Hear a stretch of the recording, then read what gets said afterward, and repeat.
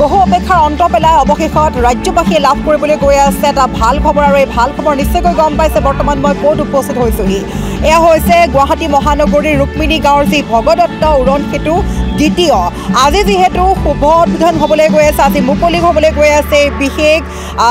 ব্ৰিজখন লগতে ক'ব লাগিব যে এইখন যি সেতু এই সেতুখনক লৈ আচলতে সকলোৱে বহু অপেক্ষা কৰি আছিলে আৰু জানিব পৰা মতে 19 মাহৰ সময়সীমা লৈছিল যদিও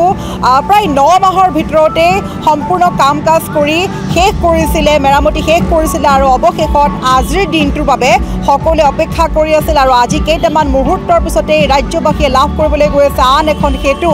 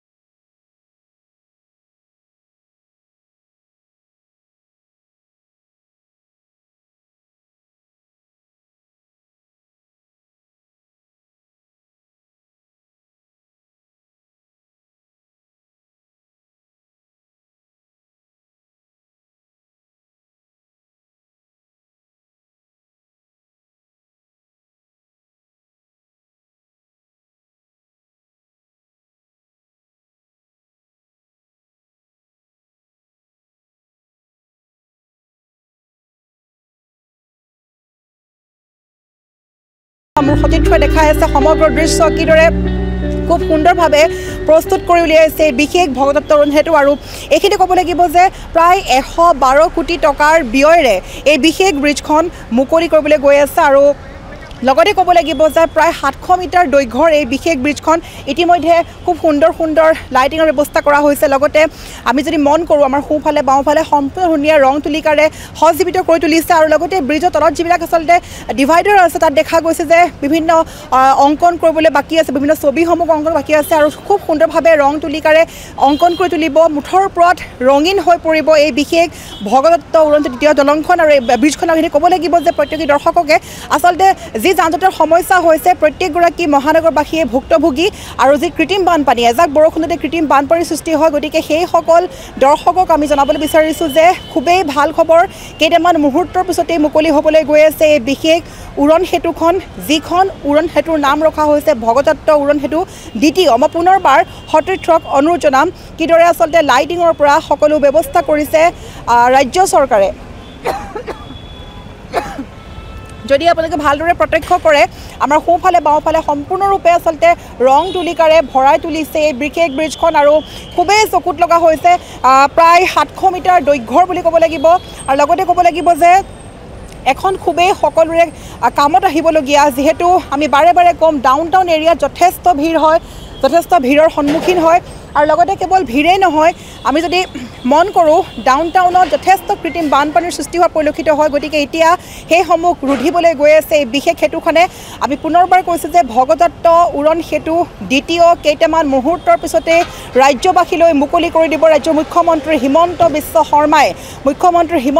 শৰ্মাই উপস্থিত হ'ব সন্ধিয়া 6:30 তাৰপিছতে মুকলি কৰি দিয়া হ'ব সমগ্ৰ ৰাজ্যবাসীৰ বাবে মহানগৰবাসীৰ বাবে এই বিশেষ সেতুখন আৰু এটা খুবেই ভাল খবৰ খুব সুন্দৰভাৱে প্ৰস্তুত কৰি উলিয়াইছে আৰু এইখিনিতে ক'বলৈ পাই সুখী হৈছোঁ যিহেতু 6 মাইল আপোনালোকে ক্ৰছ কৰা মাত্ৰকে যিখন 6 মাইল ব্ৰিজ সেইখন হৈছে ভগদত্ত উৰণ সেতু তৃতীয় তাৰ পিছতেই লাভ কৰিব এই বিশেষ ৰুক্মিণী গাঁও উৰণ সেতু যিখন নাম হৈছে ভগদত্ত উৰণ সেতু দ্বিতীয় আৰু লগতে যিখন ছুপাৰ মাৰ্কেট উৰণ সেতু সেইখনে হৈছে ভগদত্ত উৰণ সেতু প্ৰথমখন গতিকে এই তিনিখন ভগদত্তৰ ৰজা নামত এখন উৎসৰ্গা কৰিছে এই তিনিখনকৈ সেতু আৰু মোৰ যদি পিছফালে যদি ভালদৰে মন কৰে যিখন ব্ৰিজ দেখা পাই আছে ছুপাৰ মাৰ্কেটৰ ব্ৰিজখন সেইখনে হৈছে ভগদত্ত উৰণ সেতু প্ৰথমখন ব্ৰিজ আছিলে আৰু তাৰ পাছতে আজি সকলো ৰাজ্যবাসীৰ বাবে খুবেই ভাল খবৰ আজি দ্বিতীয়খন ভগদত্ত উৰণ সেতু মুকলি হ'বলৈ গৈ আছে ৰাজ্যৰ মুখ্যমন্ত্ৰী হিমন্ত বিশ্ব শৰ্মাৰ নেতৃত্বত হিমন্ত বিশ্ব শৰ্মাৰ উপস্থিতিত মুকলি হ'বলৈ গৈ আছে এই বিশেষ সেতুখন আৰু পুনৰ এবাৰ ক'ব লাগিব যে এই সেতুখনৰ নামত ব্যয় হৈছে 112 কোটিৰো অধিক ধন যথেষ্ট ব্যয়বহুলেৰে প্ৰস্তুত কৰি উলিওৱা হৈছে এই বিশেষ ব্ৰিজখন আৰু এইখিনিতে প্ৰত্যেকগৰাকী লোকক আমাৰ মাধ্যমেৰে আমি অনুৰোধ জনাম যিহেতু গুৱাহাটী মহানগৰীত বিভিন্ন সময়ত সেতুসমূহ মুকলি কৰাৰ ঠিক সময়তে দেখা যায় বহু দুষ্ট লোকে পিকাই থৈ যায় বা বিভিন্ন ধৰণৰ লেতেৰা কৰি থৈ যোৱা দেখা যায় গতিকে সেই সকল লোকক আমি অনুৰোধ জনাম খুব সুন্দৰভাৱে এখন সেতু উপহাৰ দিছে মুখ্যমন্ত্ৰী হিমন্ত বিশ্ব শৰ্মাই গতিকে এই সুন্দৰ সেতুসমূহ যাতে কোনো লেতেৰা নকৰে বা যি আচলতে তামোল খাই পিকোৱা দেখা যায় বহু লোকে যথেষ্ট পৰিমাণৰ কিছুমান বেয়া কাম কৰা দেখা যায় যিবিলাক কামৰ বাবে সম্পূৰ্ণৰূপে প্ৰদূষিত বা লেতেৰা হোৱা দেখা যায় গতিকে সেই সকল লোকক আমি পুনৰবাৰ অনুৰোধ জনাম প্ৰত্যেকগৰাকী দৰ্শকক যে যিসকলে এই ধৰণৰ কামসমূহ কৰি ভাল পায় বা যিসকল আছে দুষ্ট চক্ৰ বুলি ক'ব লাগিব সেই দুষ্ট চক্ৰ যাতে এই নতুন উৰণ সেতুখনত নিজৰ বুলি আঁকোৱালি লয় আৰু খুব সুন্দৰ উপহাৰ এইকাৰণে কম যান জঁটৰ যথেষ্ট সমস্যাৰ সন্মুখীন হৈছিলে ৰাজ্যবাসী গুৱাহাটী মহানগৰবাসী ডাউন টাউনবাসী বিশেষকৈ গতিকে ডাউন টাউনৰ এই সময়খিনিত আচলতে যিখিনি সময়ত আমাক 5 মিনিটৰ সময় লাগিছিলে কিন্তু এই যান জঁটৰ বাবে আমাক আধা ঘণ্টাৰ আৰু কেতিয়াবা হয়তো 1 ঘণ্টাৰ ওচৰা-ওচৰিও সময় হোৱা দেখা যায় গতিকে বহু ধৰণৰ সময় এতিয়া ৰোধ কৰিব সময় অপচয় নহয় প্ৰত্যেকগৰাকী লোকে সময়ত যাব পাৰিব কিয়নো মুকলি হ'বলৈ গৈ আছে সেতুখন গতিকে প্ৰত্যেকগৰাকী লোকক আমি অনুৰোধ জনাম যাতে যিসকলে এই ধৰণৰ কামবোৰ কাৰ্যকলাপ কৰি আহিছে সেইসকলে যাতে এই ধৰণৰ কামসমূহ সম্পন্ন নকৰে বা তেওঁলোকে নিজৰ বুলি ভাবি এই সেতুখন আমাৰ নিজৰ বুলি ভাবি যাতে পৰিষ্কাৰ পৰিচ্ছন্ন বজাই ৰাখে যিবোৰ আচলতে মই কোৱাৰ দৰে যিবোৰ পিকাই বা লেতেৰা কৰা প্ৰস্ৰাৱ কৰা এই ধৰণৰ কামসমূহ যাতে নকৰে তাৰ বাবে পূৰ্বতেও মুখ্যমন্ত্ৰী হিমন্ত বিশ্ব শৰ্মাই নিৰ্দেশ দিছিলে বা অনুৰোধ কৰিছিলে আজি পুনৰ আমিও জনাইছোঁ অনুৰোধ প্ৰত্যেকগৰাকী লোকৰ বাবে আৰু যিহেতু CCTV কেমেৰাৰো ব্যৱস্থা কৰা হ'ব গতিকে প্ৰত্যেকগৰাকী লোকে আচলতে এই যি উপহাৰ দিলে মুখ্যমন্ত্ৰী হিমন্ত বিশ্ব শৰ্মাই এই উপহাৰক খুব যাতে সৎব্যৱহাৰ কৰে তাৰ বাবে আমিও জনাইছোঁ অনুৰোধ আৰু পুনৰ এবাৰ কৈছোঁ ৰাজ্যবাসীৰ বাবে আকৌ কৈছোঁ ভাল খবৰ কেইটামান ক্ষণ বাকী আছে কেইটামান মুহূৰ্ত বাকী আছে কেইটামান মুহূৰ্তৰ পিছতে ৰাজ্যবাসী গুৱাহাটী মহানগৰবাসীয়ে লাভ কৰিব ভগদত্ত উৰণ সেতু দ্বিতীয় আৰু পুনৰবাৰ মই দেখাব বিচাৰিছোঁ কিছু দৃশ্যাংশ